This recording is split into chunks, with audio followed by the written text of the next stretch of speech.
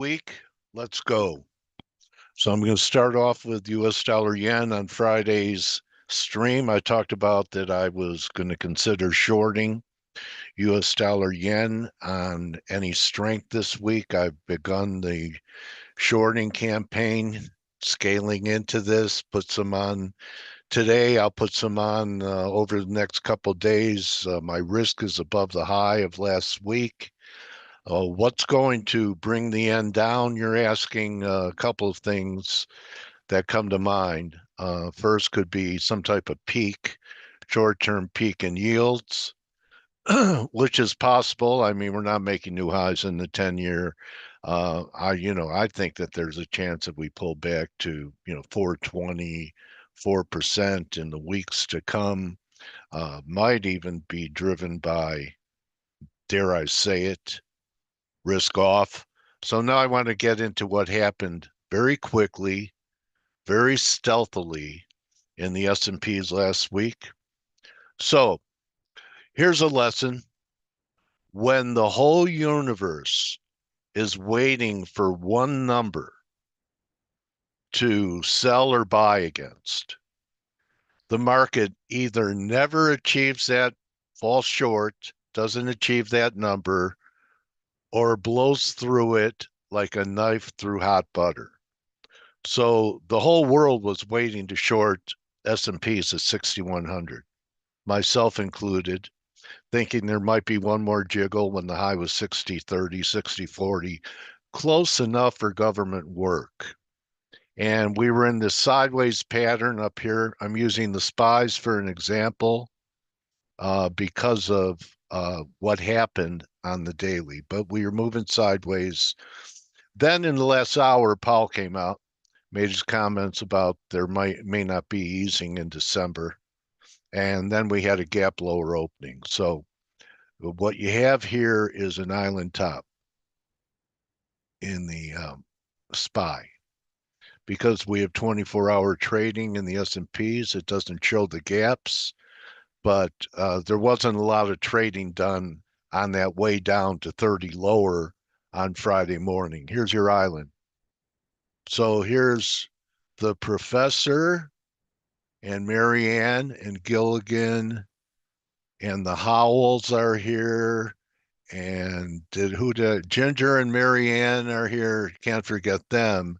And they're on this little island. It's called Gilligan's Island.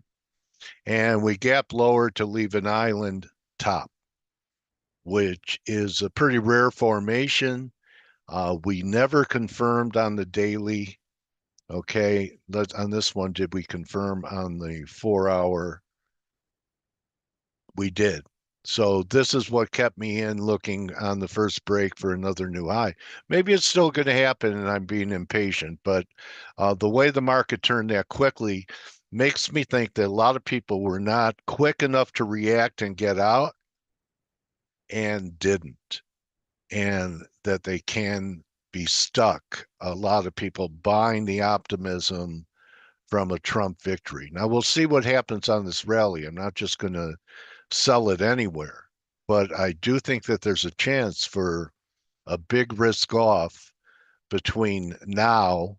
There's an old Wall Street expression that Thanksgiving, bears feast on Thanksgiving, bulls on Christmas. I keep being haunted by that interview I did with Margot Amala, who talked about the astronomical setup that she has on December 7th that was analogous to December 7th, 1941, only more intense. And then some of my other work is pointing towards a cycle low in early December around that same time frame, around the 8th. So I'm thinking that something is going to try and ruin our December. And I'm going to be short for it and at least capitalize on it if these signals continue. So I think that you have to sell rallies. One of my candidates would be, everything turned when I was on with you last week. Showed Amazon beginning to turn. Okay, that's a pretty big break. Actually put in a reversal week right here, right? New highs for the move. NVIDIA put in a reversal week, and that brings up NVIDIA's earnings are going to be the market mover of the week.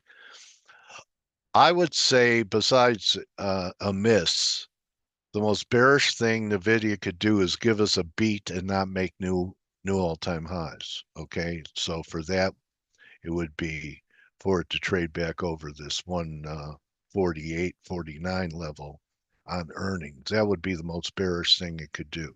Not that it's a miss, that'd be an obvious bearish event, but they beat or meet expectations and the stock doesn't perform. That be part of it. Now, you guys know from early in the week, it's not like I'm just waking up to this, that I was talking about how semis were the weakest group and preferred short because they were not making new highs with the rest of the market, similar like to Google. And I showed it up there as a third drive to a top. And here we are testing major daily support. The 4 hour was already taken out.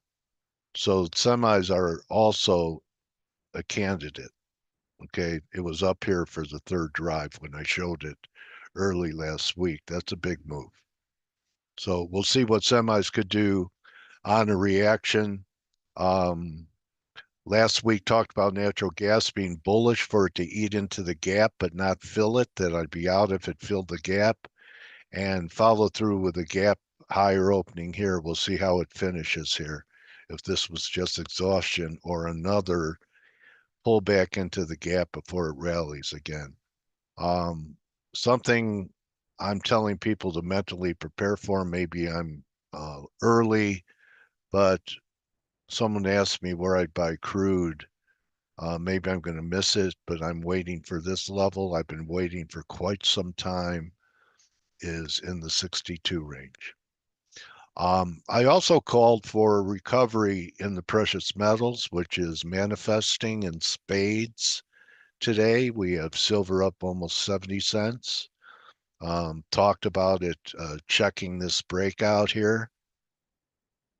See it better on the daily. And that it was due for some type of recovery.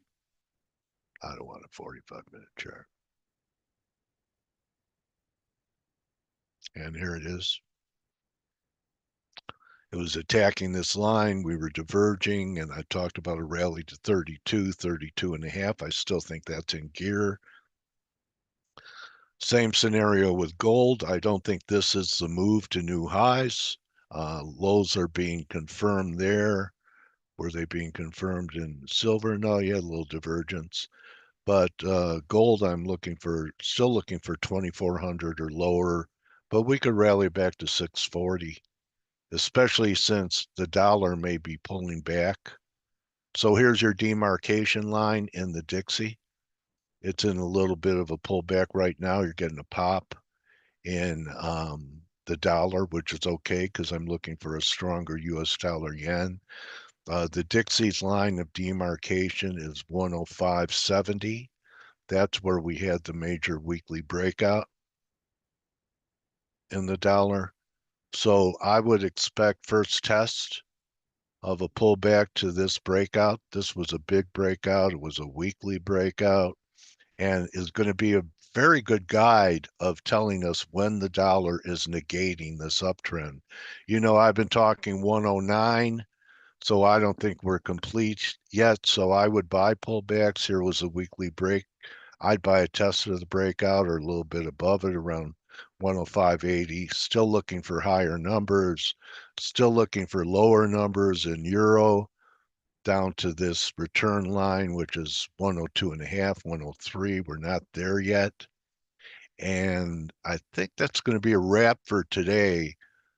Covered metals, covered stocks. VIX put in a very unusual day. There's your weekly, but here was your 4 hour. So we're going to get a pullback here. Can we fill this gap is a big question. I'm saying if we do that, we're going to break out over 23. That was a big level before the election. And over 23, you're talking 30, 40, something like that in the VIX. So that's a wrap. I'll see you in the room. You have any questions or comments, you could leave it underneath the video. Would appreciate it if you would subscribe, um, share this with your trader friends. Perhaps it'll help them avoid some landmines and give them an idea what they might want to start looking for and have tools to help them execute in the market. So I'll see you in the room. Don't just count your pips, count your blessings. Adios.